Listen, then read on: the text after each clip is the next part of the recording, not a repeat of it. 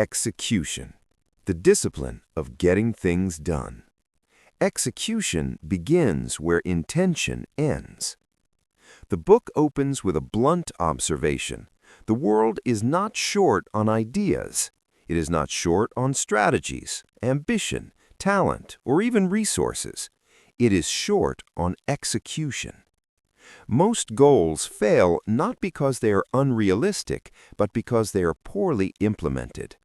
Most projects collapse not from lack of vision, but from lack of disciplined follow-through. Execution is not glamorous. Vision inspires applause. Strategy creates excitement. But execution demands consistency, accountability, and repetition. It demands action when enthusiasm fades. The first section dismantles the illusion that planning equals progress. Many individuals and organizations confuse motion with momentum. Meetings are held, goals are written, spreadsheets are built, yet nothing meaningful moves forward. Why? Because clarity without ownership is noise. One of the central ideas in this section is that execution fails when responsibility is diffused. When everyone is responsible, no one is accountable. Tasks become suggestions, deadlines become flexible, standards become negotiable. Over time, trust erodes. The book introduces the concept of the execution gap, the space between what we say we will do and what we actually complete. This gap is not caused by laziness alone. It is caused by structural weaknesses, unclear priorities, overloaded focus, weak accountability systems, emotional avoidance of hard tasks. The author argues that most people overestimate what they can handle and underestimate what consistency requires. They say yes to too many commitments, they pursue too many goals at once, they spread attention thin and then blame lack of time. Execution requires ruthless clarity. There is a powerful section on priority collapse. The mind cannot treat 10 goals as urgent. When everything matters, nothing truly matters. The book emphasizes narrowing focus to a few critical outcomes and attaching measurable behaviors to them. For example, instead of saying, "I want to grow my business," execution demands specifics. How many calls per day? What is the weekly revenue target? Who owns follow-up? Execution lives in numbers and behaviors, not intentions. Another major reason plans fail is emotional resistance. The book dives into avoidance psychology. Hard tasks trigger discomfort, fear of rejection, fear of failure, fear of exposure. Instead of confronting them, we replace them with easier tasks that create the illusion of productivity. Answering emails feels productive. Researching endlessly feels productive. Organizing tools feels productive. But none of these move the needle if they avoid the real work. Execution demands confrontation.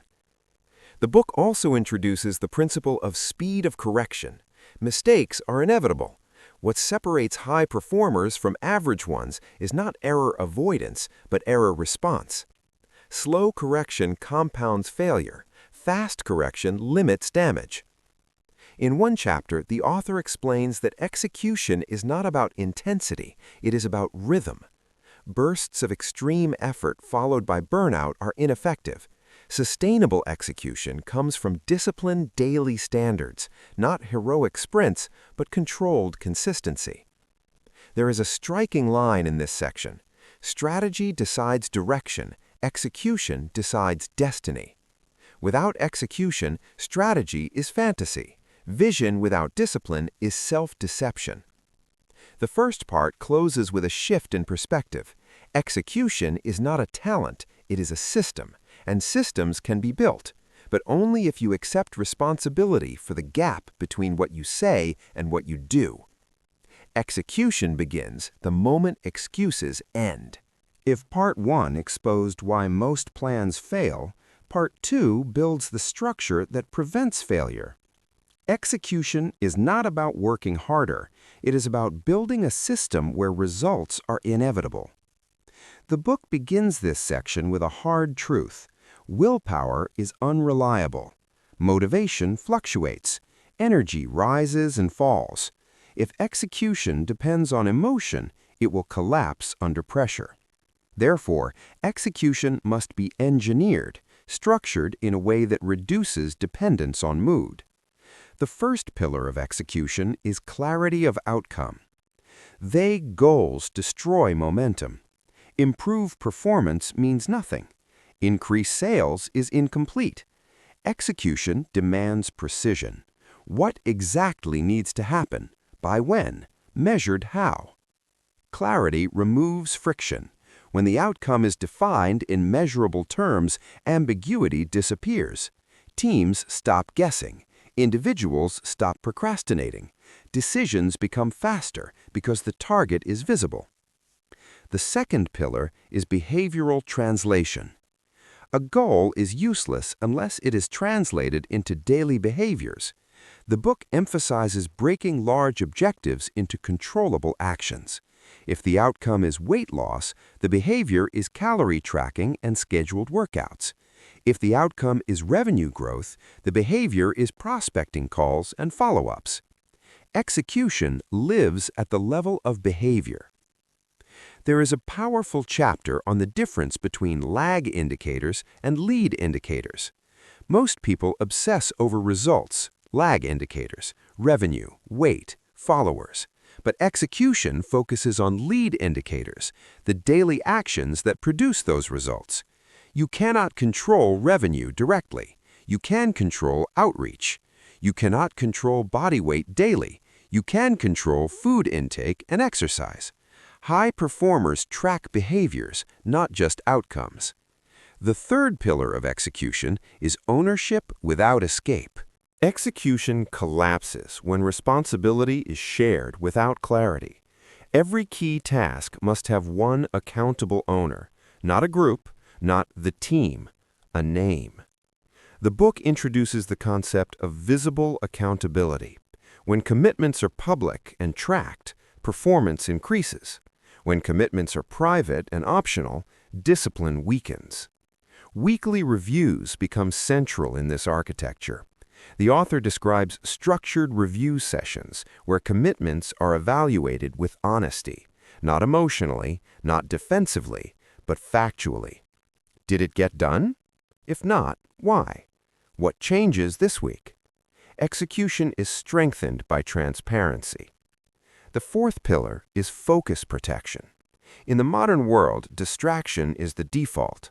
Notifications, emails, messages, meetings, all erode deep work. The book argues that execution requires defensive design. You must protect time intentionally. This includes blocking execution windows on your calendar, turning off unnecessary notifications, scheduling thinking time, creating no-meeting zones. Execution is not only about what you do, it is about what you refuse to allow. There is an entire section dedicated to energy management. Discipline is easier when the body is supported. Sleep, nutrition, and physical movement directly affect execution capacity. Many productivity failures are biological, not strategic. The author reframes discipline as alignment between intention and structure. When the environment supports the goal, discipline feels lighter. For example, keeping healthy food visible, removing distractions from workspace, pre-planning tasks the night before. Environment shapes behavior more than motivation does.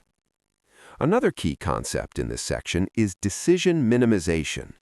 The more decisions you make daily, the more cognitive fatigue you experience.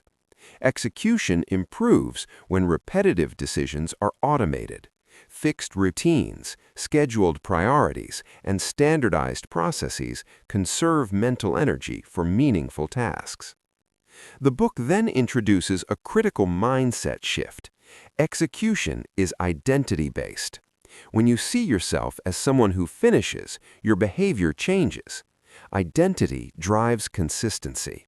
Therefore, every completed task strengthens the identity of execution. Every unfinished commitment weakens it. Small wins were not trivial. They build execution confidence. Toward the end of this section, the author discusses resistance. Even with systems, discomfort remains. The brain resists effort. The difference now is that structure overrides impulse. When execution time arrives, negotiation is removed. Execution is not about asking, "Do I feel like doing this?" It is about declaring, "This is what I do." Part 2 concludes with a realization. Execution is mechanical before it is emotional. Systems first, feelings later. With structure in place, execution becomes predictable, and predictability builds momentum.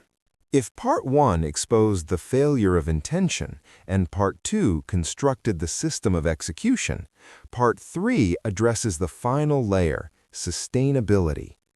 Execution is not a one-month transformation. It is not a productivity sprint. It is a culture, first personal, then organizational, built on the standard of completion.